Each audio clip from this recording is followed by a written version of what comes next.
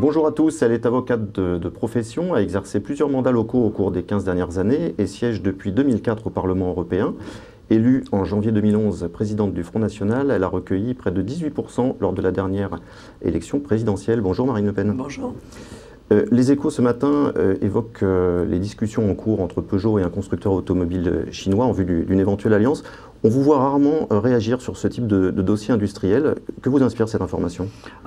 Non, vous avez tort. J'ai souvent expliqué que je considérais que l'État ne jouait pas son rôle, et notamment l'État stratège qui bien souvent aide nos constructeurs à aller s'installer à l'étranger, mais au bénéfice de la création d'emplois à l'étranger. Et parfois même les encourage à délocaliser leur production, comme ça a été le cas, je me souviens, à l'époque en Europe de l'Est, où on nous avait expliqué que le constructeur automobile s'installait en Europe de l'Est pour conquérir des marchés à l'Europe de l'Est, et dont on s'est aperçu qu'en réalité, ces productions venaient en compétition avec les propres productions sur le territoire national, et donc en contradiction avec les intérêts des salariés français. D'une façon générale, vous estimez que l'État doit jouer, comme vous le disiez à l'instant, un rôle d'État stratège, doit définir une politique industrielle et doit voler au secours des groupes qui se portent mal? Je pense qu'il doit en tout cas en avoir la possibilité, et l'Union européenne l'interdit, vous le savez, ça a été vrai dans les fruits et légumes, ça a été vrai dans l'industrie automobile. C'est vrai aujourd'hui, par exemple, quand Total ferme l'usine de Carling en mettant 220 personnes à la rue. Ces grands groupes se servent quand même de l'État comme d'un marchepied à l'international, mais ne se sentent aucune obligation à l'égard des salariés français. Je trouve ça éminemment critiquable, et je trouve que l'État devrait effectivement pouvoir faire pression, pouvoir de temps en temps intervenir pour défendre l'intérêt des salariés français. François Hollande, dimanche dernier, a de nouveau évoqué une pause fiscale en 2014. Ce matin, on comprend, à en lire l'interview de Jean-Marc Ayrault, que la pause fiscale, finalement, ce sera en 2015. Qu'est-ce que ça vous inspire? Écoutez, ça n'étonnerait que les naïfs qui avaient encore la moindre espérance dans la parole publique. La réalité, c'est qu'il est évident que, compte tenu de la voie qui a été choisie par le gouvernement, il n'y aura pas, évidemment, de pause fiscale en 2014. Il n'y en aura d'ailleurs probablement pas non plus en 2015, car on est à corps perdu dans une politique d'austérité, répondant aux exigences de l'Union européenne, aux exigences de Bruxelles, à la feuille de route qui est donnée chaque année, hier à Nicolas Sarkozy, aujourd'hui à François Hollande, et nous n'avons plus la maîtrise budgétaire.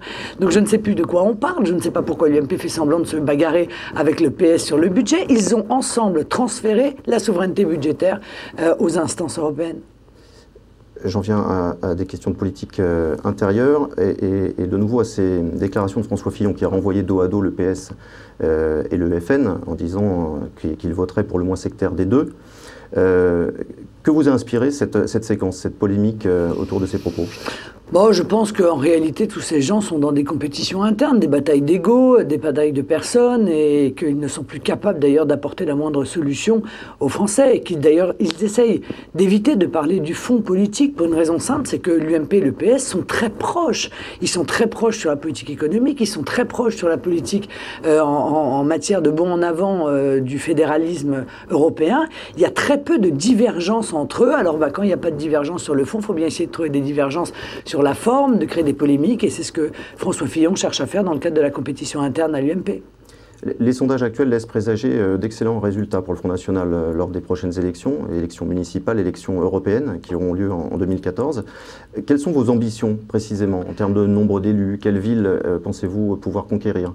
J'ai pas envie de m'engager sur des faits précis. Nous aurons, je pense, le plus grand nombre de villes qu'historiquement le Front National n'a jamais enregistrées, et nous aurons le plus grand nombre de conseillers municipaux qu'historiquement le Front National n'a jamais enregistrés. Nous arriverons peut-être, je l'espère en tout cas, nous ferons tout pour, en tête des élections européennes. Par conséquent, nous nous positionnerons comme probablement le premier parti de France lors de ces élections européennes. Mais à partir de combien de villes est-ce que vous estimeriez que ces élections seraient un succès? Une. Nous n'en avons aucune, par conséquent. Vous en avez eu par le passé? Oui, on en a eu par le passé. On en a eu 4, notamment. D'un coup, eh bien, espérons faire mieux que cela. À propos de ces élections municipales en particulier, vous avez dit à plusieurs reprises qu'il n'y aurait pas d'accord de parti à parti entre UMP et FN. Est-ce que ça interdit des accords locaux ponctuellement avec des élus, et si c'est le cas, sur quelle base est-ce que ces accords pourraient avoir lieu?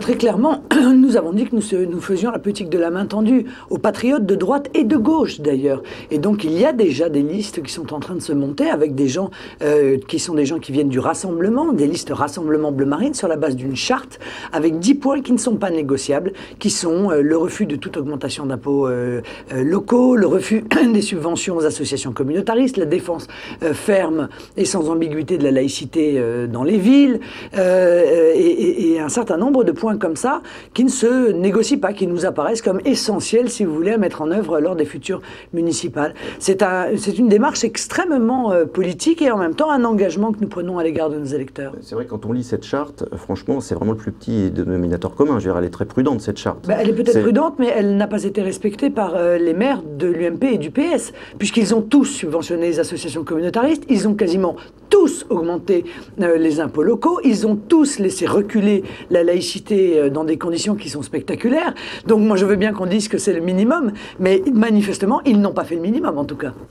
Vous avez fixé un objectif de 100 000 adhérents à la fin de l'année, je crois, pour le Front National. Vous y serez à ces 100 000 adhérents? Oui, je le pense. Nous allons lancer une grande opération qu'on appelait 1+1. C'est-à-dire que nous allons demander à chacun de nos adhérents de faire un adhérent. Et je pense que cette belle dynamique qui nous porte sur le plan politique, que l'on ressent dans les études d'opinion, mais aussi dans les élections partielles, ce travail de fond que nous menons, eh bien, nous allons en toucher aussi les fruits par cette augmentation du nombre de nos adhérents. Merci beaucoup Marine Le Pen. Merci à vous. À bientôt.